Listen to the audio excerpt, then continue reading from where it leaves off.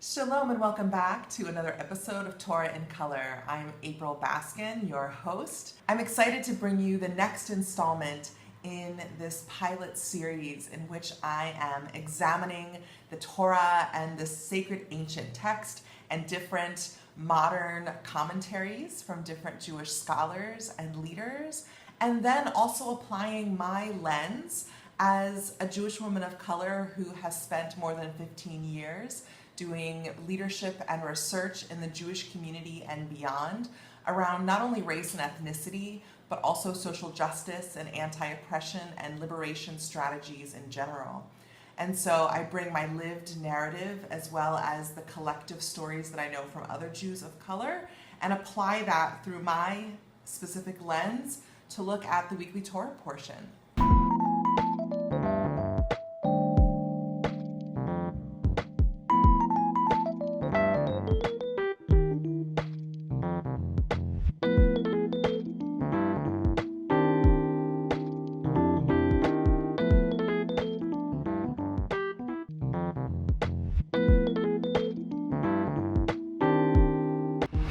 Very heavy subject that I'd like to bring to you today that I want to cover in a mindful and heartfelt and also authentic manner. And that is the subject of sexual assault. In this week's Torah portion, Vayishlach, we are witness to a lot of different things happening in this Torah portion, but specifically a very vivid scene in which Dina, Jacob's daughter, is raped.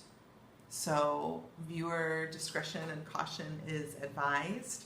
As I will talk about in greater depth in this episode, I myself am a survivor of sexual assault, and I am very discerning about what I choose to view, actually about anything really, but specifically about things that are re-stimulating for my trauma, such as subjects of sexual assault. Excuse me, it's tough to talk about.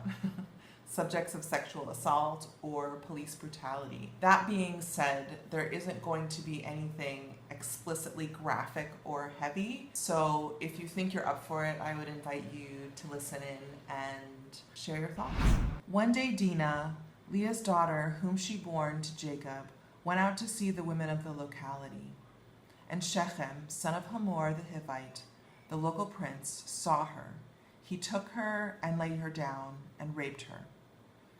He was then captivated by Jacob's daughter Dinah, and, falling in love with the young woman, spoke tenderly to the young woman. So Shechem said to his father, Hamor, quote, "Obtain this girl for me as my wife." And so the story continues on from there, basically with it centralizing and focusing on the actions of what the men are and aren't doing and when, and then being in a process of negotiation around addressing Dina's rape and engaging in diplomacy, and then ultimately vigilantism and murder and looting and pillaging. And what's completely absent from all of this is Dina's voice, is the survivor's desires, perspectives, thoughts. So one, just in general, her voice, any statement from her there's no statement from her at all about her thoughts or feelings at any point in this narrative. And then additionally, I also explicitly and specifically noticed that while the men were hurrying about and taking these different actions, that at no point in the narrative did they stop and ask Dina what she wanted, what justice would look like for her, what were her needs. I recently saw a wonderful New York Magazine interview with Tarana Burke, that's a year old, that was touching base with her a year after the Me Too movement went viral. And in that video, I'll provide the link below so you can check it out, she said something that I wrote down because I thought it was such a powerful quote that I want to share with you. There's been so much talk and focus on individual perpetrators and salacious stories, and very little conversation about the people who actually said Me Too.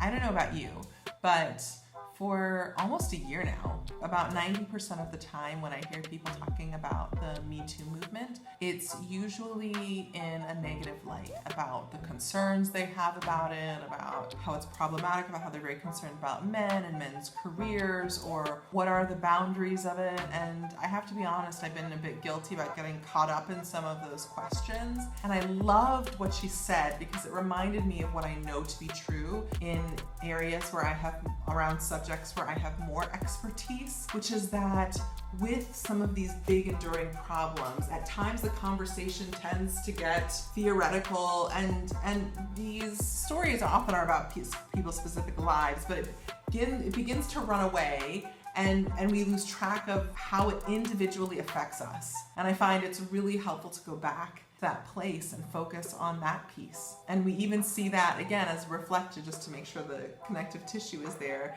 in the story around Dina, where it becomes this whole other thing about land and power and control and all of these things. And the actual thing that is most important in that story is Dina's experience. And what are Dina's needs, and what is the best form of restorative justice or accountability and compassion and healing and righting wrongs that needs to be done.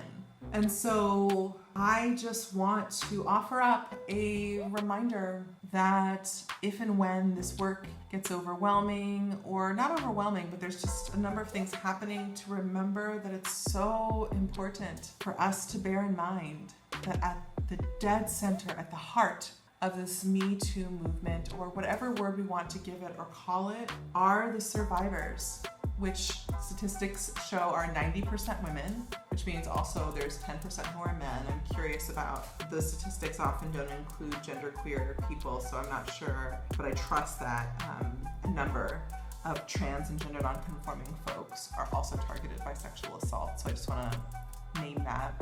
And if anyone knows some good stats around that, feel free to include them in the comments below, and I'll be happy to lift them up and highlight them. There's so much more that I want to talk about, that I was planning to talk about actually. You can kind of see it here on this whiteboard. I mapped this out. I previously had like another set of like commentary and points to raise specifically about my healing journey, which I am at some point. I think when I feel a little bit more ready to do it, I'm really excited to talk about. Speaking around centering people who are most directly impacted by Me Too, which is the survivors and the victims, I feel so proud of the really robust healing journey that I've been on.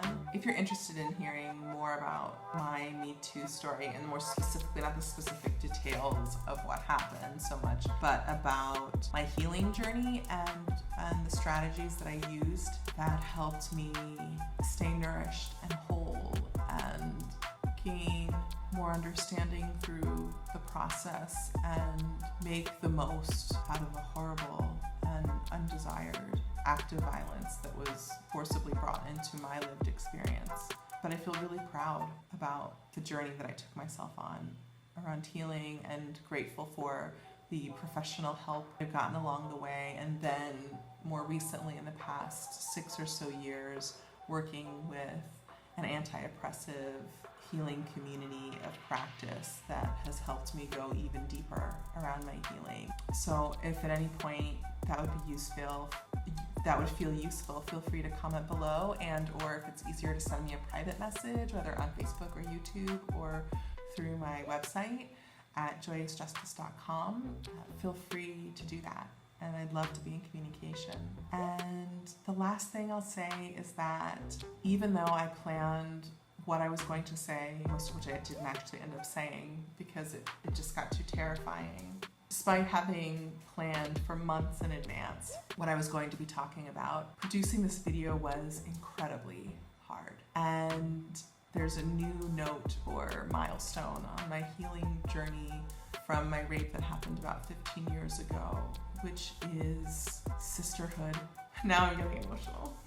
Right before I went to originally film this, which was supposed to be a week ago, and then I had so many delays as I got more and more scared about making this video, I reached out to a group of women I trust in my life, people with whom I'm very close, and some people who I'm more peripherally connected with, but who I thought would be supportive in this regard. That was mostly women, not exclusively. There were a couple really awesome men who are allies and friends to me, who I included, who I reached out to about questions I had, about fears I had associated with making this video. Just a number of considerations about how to approach it. And I realized that, yes, I've done a tremendous, spent a lot of time really focused on my healing because of the response I got, which was a mixed response overall of professionals who do this work, stating very, very clearly, like, this is textbook, forced himself on you.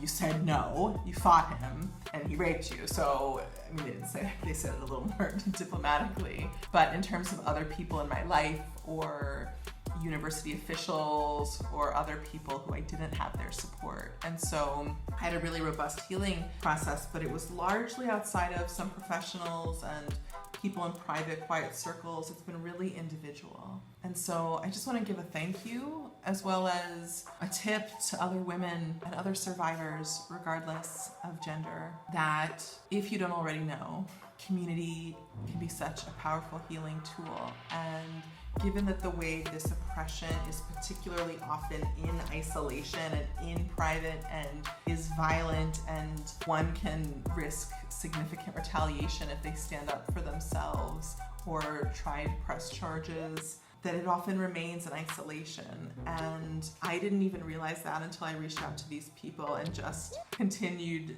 at the beginning when I was getting their initial responses, which were so kind and thoughtful, to just cry. And I realized that that's the next stage of my healing journey around this, which I keep telling myself is over, and then I find a new area of a new form of pain or things that arise every few years that may be minor or may be significant.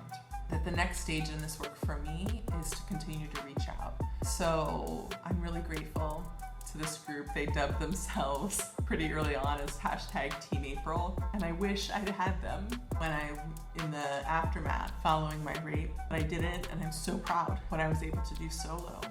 But just in case anyone else needs to hear this, I want to remind you too of the reminder that I recently got, that we don't have to do it alone anymore, that you can sign up like I did today to officially join Tarana Burke in her work and a broader community, and sign up to get information from Me Too and stay tuned on their upcoming events, and also reach for more people in our lives, because particularly if your sexual assault happened prior to Me Too, you might too have some walls. I think we all need to determine how we want to best be protected, but there may be some walls that we might consider beginning to at least maybe not knock down, but open a doorway to, and notice that there are more people who understand now. So in ways that make sense to us, if we want to, if we need it, if you're fine and you're moving forward, I'm not